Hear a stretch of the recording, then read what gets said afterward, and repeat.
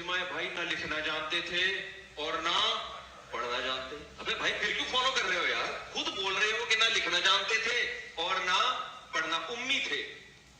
ما تخطہ بیمینک، قرآن کہہ رہے ہیں محمد صلی اللہ علیہ وسلم جو قرآن پیش کر رہے ہیں ایک لفظ بھی ان کے دائیں ہاتھ نے کبھی نہیں لکھا، ایک لفظ نہیں لکھا. جیسے ہی آیت نازل ہوتی آپ کبھی زید ابن ثابت کو بلا رہے ہیں، کبھی کسی اور صحابی کو بلا رہے ہیں، بھائی لکھو لکھو. اور دیکھو ہمارے نبی صلی اللہ علیہ وسلم جب قرآن لکھوایا نا تو چونکہ آپ لکھنا پڑھنا نہیں جانتے تھے تو بعض دفعہ کاتب سے گرامر کی غلطی ہوئی لکھنے میں، ہمارے نبی نے اس کی کریکشن نہیں کی. آپ کو نہیں پتا چلا کہ گرامر کے لحاظ سے یہ غلط لکھا ہوا ہے، وہ اب تک اسی طرح. السلام علیکم ورحمۃ اللہ وبرکاتہ. چاچو میں اس لیے نہیں کہہ رہا اس بار کیونکہ یہ ویڈیو جو ہے مفتی طارق مسعود صاحب کے لیے نہیں ہے. مجھ سے کئی لوگوں نے اصرار کیا پچھلے 1-2 دنوں کے اندر کہ میں نے اس کے اوپر کمنٹ کیوں نہیں کیا اور میں اس کے اوپر بات کیوں نہیں کیا اب تک اینڈ سو آن. میں نہیں جانتا تنزیہ طور کے اوپر کیا یا وہ حال ہی میں واقعی میں جو ہے مجھ ناچیز کا اور نافہم کا پوائنٹ آف ویو سننا چاہ رہے ہیں اس کے اوپر. تو یار میرے ان دوستوں سے جو مجھ سے پوچھ رہے تھے، جو مجھے میسج کر رہے تھے اور دیگر بھی جو اگر کسی کے دل میں یہ بات ہو تو نعوذ باللہ ثم نعوذ باللہ ثم نعوذ باللہ، میرا یہ ایمان ہے کہ میرے قرآن کی حفاظت کا ذمہ اللہ سبحانہ و تعالیٰ نے لیا ہے. میرا تو کیا ایک مسلمان معمولی سے چھوٹے بچے کا یہ ایمان ہے کہ قرآن کا ذمہ، قرآن کی حفاظت کا ذمہ اللہ سبحانہ و تعالیٰ کا ہے. اور جس طریقے سے وہ اللہ نے ہم پر بھیجا، نبی پر بھیجا، اسی طریقے سے نبی نے ہم کو سنایا، اس میں ایک نقطہ برابر بھی فیر بدل نہیں ہو سکتا. یہ ہمارا ایمان ہے. اور معاذ اللہ ثم معاذ اللہ مفتی طارق مسعود صاحب سے یہ بہت لمبائی کام ہو گیا، بس لمبائی کام ہو گیا. یہ انہوں نے بول دیا. بہرحال انہوں نے بولا، مجھے ذاتی طور کے اوپر جب میں نے ان کا پہلا وضاحتی ویڈیو دیکھا تب مجھے کہیں نہ کہیں اس بات کے اوپر اچھا نہیں لگا کیونکہ وہ اپنی بات کو کہیں نہ کہیں جسٹیفائی کرنے کی کوشش کر رہے تھے، سمجھانے کی کوشش کر رہے تھے.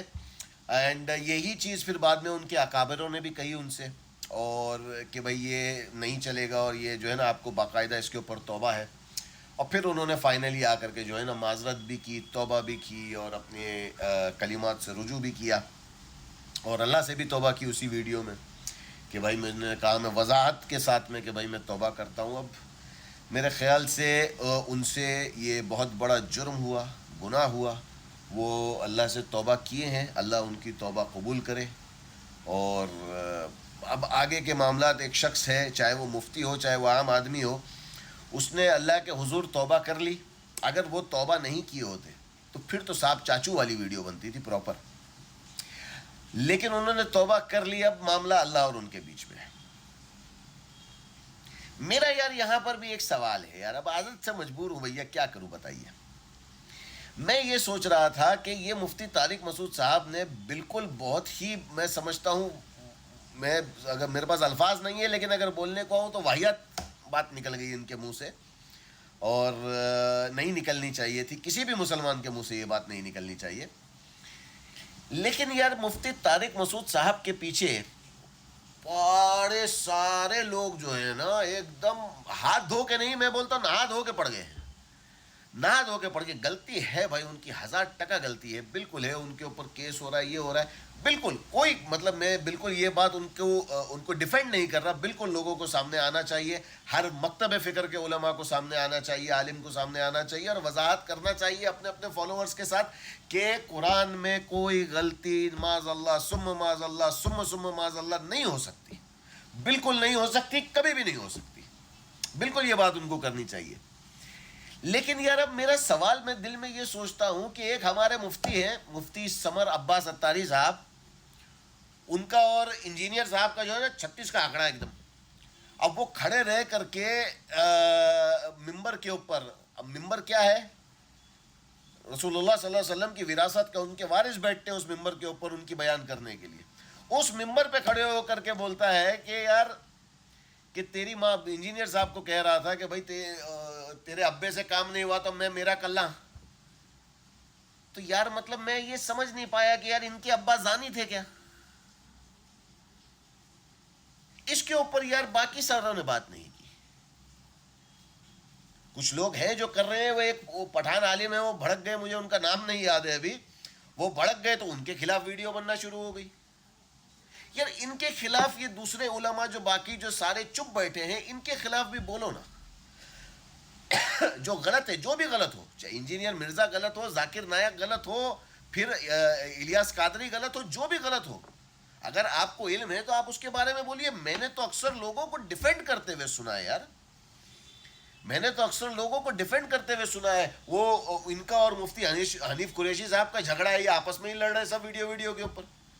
مفتی حنیف قریشی صاحب سے کسی نے کیا, اویس ربانی نے پوچھا ایک مرتبہ ایک ویڈیو میں, کہ وہ پوڈ کاسٹ چل رہا تھا اور انہوں نے پوچھا کہ یار وہ ایک عام عقائد ہیں بریلوی حضرات کے اندر کے شیخ عبد القادر الجیلانی رحمۃ اللہ تعالیٰ علیہ جو تھے, معراج پر آپ صلی اللہ علیہ وسلم کو ملے اور آپ صلی اللہ علیہ وسلم نے ان کے کاندھے پہ یا کچھ ایسا پیر رکھ کے جو ہے نا آگے بڑھے, سدرۃ منتہا کے آگے بڑھے. اب میرے سامنے, میں نے وہ پوڈ کاسٹ اب میرے پاس سیو نہیں ہے ورنہ میں دکھاتا, آپ لوگ دیکھ سکتے ہیں یوٹیوب پہ موجود ہوگا, کہ اویس ربانی صاحب پوچھتے ہیں کہ یہ کیا ہے, تو حنیف قریشی صاحب اس کو ڈیفینڈ کر رہے ہیں. ڈیفینڈ کیسے کر رہے ہیں کہ بھائی آپ صلی اللہ علیہ وسلم کی کوئی حدیث انہوں نے بتائی کہ وہاں پر آپ صلی اللہ علیہ وسلم نے کچھ لوگوں کو دیکھا جو فرشتے نہیں تھے یا انبیاء بھی نہیں تھے, تو ان کا اور پوچھا گیا تو بتایا کہ یہ آپ کی امت کے نیک لوگ ہیں.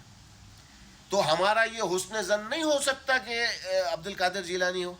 یار ان سے سوال کیوں نہیں کرتے کہ بھیا تیرے کو عبد القادر جیلانی رحمۃ اللہ علیہ پہ ہی یہ حسن ظن کیوں آیا, امام ابو حنیفہ پہ کیوں نہیں آیا بھائی, یہ تیرے کو اللہ نے کی دے تو امام مالک پہ کیوں نہیں آیا, امام شافعی پہ کیوں نہیں آیا, امام احمد بن حنبل پہ کیوں نہیں آیا, امام بخاری کے اوپر یہ حسن ظن کیوں نہیں آیا بھائی. ایک ہی جگہ آ کے سوئی کیوں ٹکی, اور یہ حسن ظن کے اوپر دین چلے گا. کسی نے ان سے سوال کیوں نہیں کیا یار, پوچھو نا ان سے بھی. سبھی علماءوں سے کہہ رہا ہوں کہ ان سے بھی پوچھئے نا, ان سے بھی پوچھئے. وہ الیاس قادری صاحب جو ہیں چاچو ہمارے, وہ وظیفہ بتا رہے 4 کمائے 32 کھائیں, ان سے کوئی نہیں پوچھ رہا. واسطے قطب عالم کو ایک کو چھوڑ دوجا نہ جائے. باقی علماء کھڑے ہو کے ان سے بھی پوچھئے نا سر, پوچھئے نا. ہم تو پوچھ ہی رہے ہیں, ہماری تو خیر حیثیت ہی نہیں ہے علماءوں کے سامنے کچھ بھی, لیکن آپ بھی پوچھئے نا کہ یہ دادا صاحب کی گھوڑی جو ٹکاٹک دوڑی تھی یہ اسلام میں کیسا داخل ہوئی, ان سے بھی پوچھئے نا. بس اتنی بات ہے. میں دوبارہ اپنی بات ریپیٹ کر دوں کہ میں 1% بھی مفتی طارق مسعود صاحب کو اس معاملے میں ڈیفینڈ نہیں کرتا. البتہ یہ ضرور مانتا ہوں کہ انہوں نے توبہ کر لی, اب یہ معاملہ ان کے اور اللہ کے بیچ ہے. السلام علیکم ورحمۃ اللہ وبرکاتہ.